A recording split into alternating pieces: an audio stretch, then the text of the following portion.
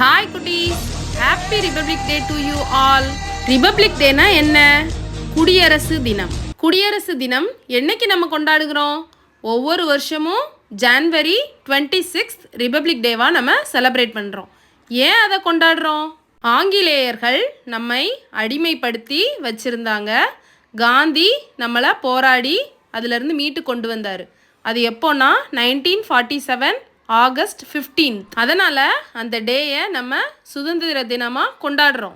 இந்தியாவுக்கு சுதந்திரம் கிடைச்சதுக்கப்புறம் நம்ம நாட்டுக்குன்னு இந்திய அரசியல் அமைப்பு சட்டம், அதாவது கான்ஸ்டிடியூஷன் ஆஃப் இந்தியா கொண்டு வந்தாங்க.